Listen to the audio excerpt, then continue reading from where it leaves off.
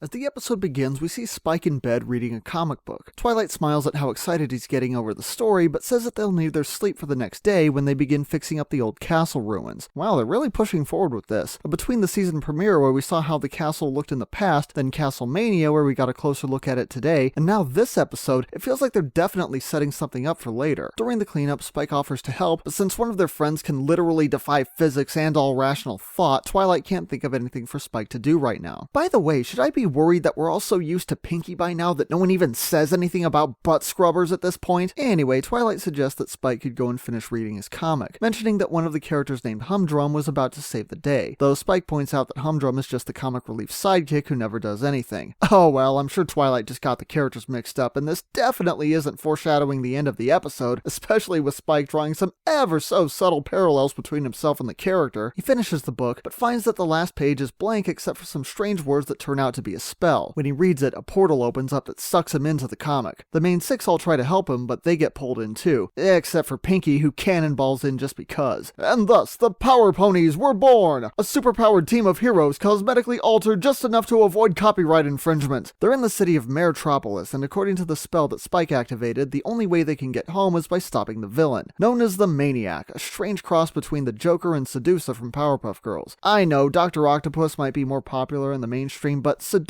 already had prehensile hair, and given that Lauren Faust previously worked on Powerpuff Girls, it seems like a nice gesture for the current showrunners to reference something that she was involved with. Unfortunately, things don't go so well at first, and the main six get captured, leaving Spike to save the day. I know, I didn't see it coming either. After he sets his friends free, they stop the mane-iac and return to the castle, where Spike reveals that he bought the book from a place called the House of Enchanted Comics. Okay, I know it sounds really obvious now, though in his defense, that does sound like a pretty normal store name for Equestria. So I'm inclined to believe him when he says he didn't think the comics were actually enchanted. And as the episode ends, the book disappears. Hey, wait a minute, he paid for that. You mean he could only use it once? Now, this was a rare occasion where I actually saw the commercials for this episode a few days before it aired, and I originally thought it was going to be a case of one of the characters reading the comic and then projecting the main six onto the superhero characters like in Hearthwarming Eve. So it was a nice surprise to see what they actually did. Although we've had a superhero story on the show before, it's nice to have an episode that can fully embrace the idea by recreating a Silver Age setting, and all the goofiness that goes with it fits surprisingly well here. I especially appreciate how mane-iac has 2 or 3 different henchmen who all get copied over and over again, and I think what really makes this fun is just how positive and upbeat the whole thing feels.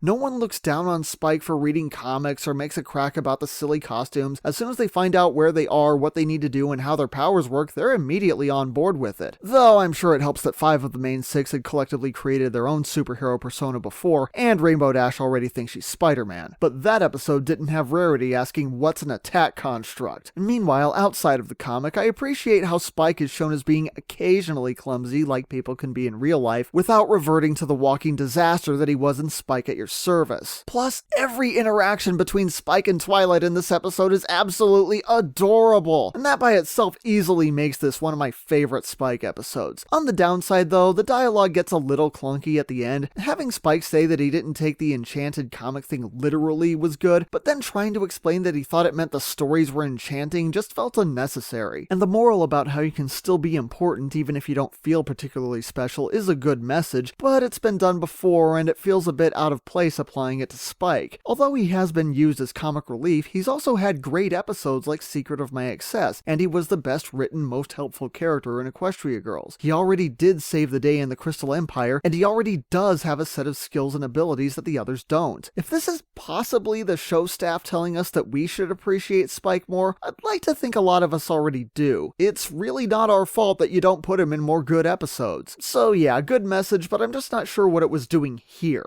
All in all, however, those are nitpicks and relatively minor ones. Of the early season 4 episodes, this one might not be the most important, but it is the most consistently enjoyable one so far. I give Power Ponies a 7 out of 10.